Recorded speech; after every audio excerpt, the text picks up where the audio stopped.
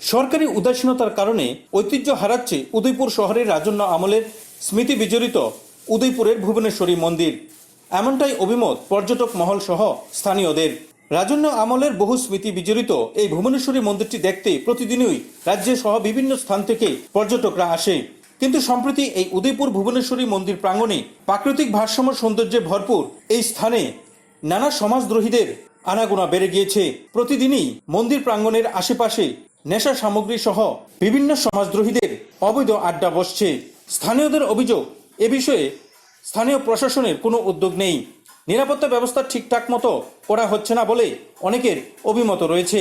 একই সঙ্গে ভুবনেশ্বরী মন্দির প্রাঙ্গণে থাকা বিশ্রামাগার সহ বেশ কিছু পরিকাঠামোর সংস্কারেরও অভাব রয়েছে, যার কারণে ঐতিহ্য বিজড়িত এই রাজন্য আমলের পর্যটন স্থল থেকে পর্যটকরা মুখ ফিরিয়ে নিচ্ছেন। এমনটাই জানা গেল বেশ কিছু পর্যটকের কাছ থেকে। এখানে মন্দির প্রাঙ্গণে পরিবেশটা সেই একটা ভালো না, বা এটা এখানে আড্ডা বা অন্যদের এমন হিসেবে ব্যবহৃত হচ্ছে, তার জন্য এটা আমাদের আশা নেই, বা এই জায়গাটা আরও সুন্দর করে সুরক্ষিত করে রাখা উচিত, যেহেতু ত্রিপুরার ইতিহাসের সঙ্গে এটা এমনভাবে জড়িত। তো এই জিনিসটা ভালো লাগেনি আর কি।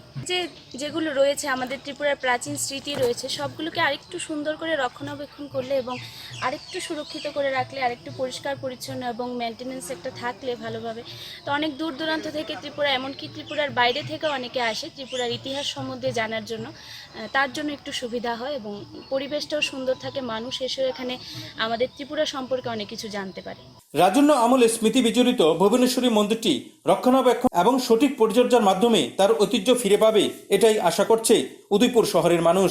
পাশাপাশি সমাজদ্রোহীদের আনাগোনা এবং বিভিন্ন অসামাজিক কাজ রুখতে স্থানীয় পুলিশ প্রশাসন সদর্থক উদ্যোগ দেখাবে, এটাও চাইছেন স্থানীয় মানুষ।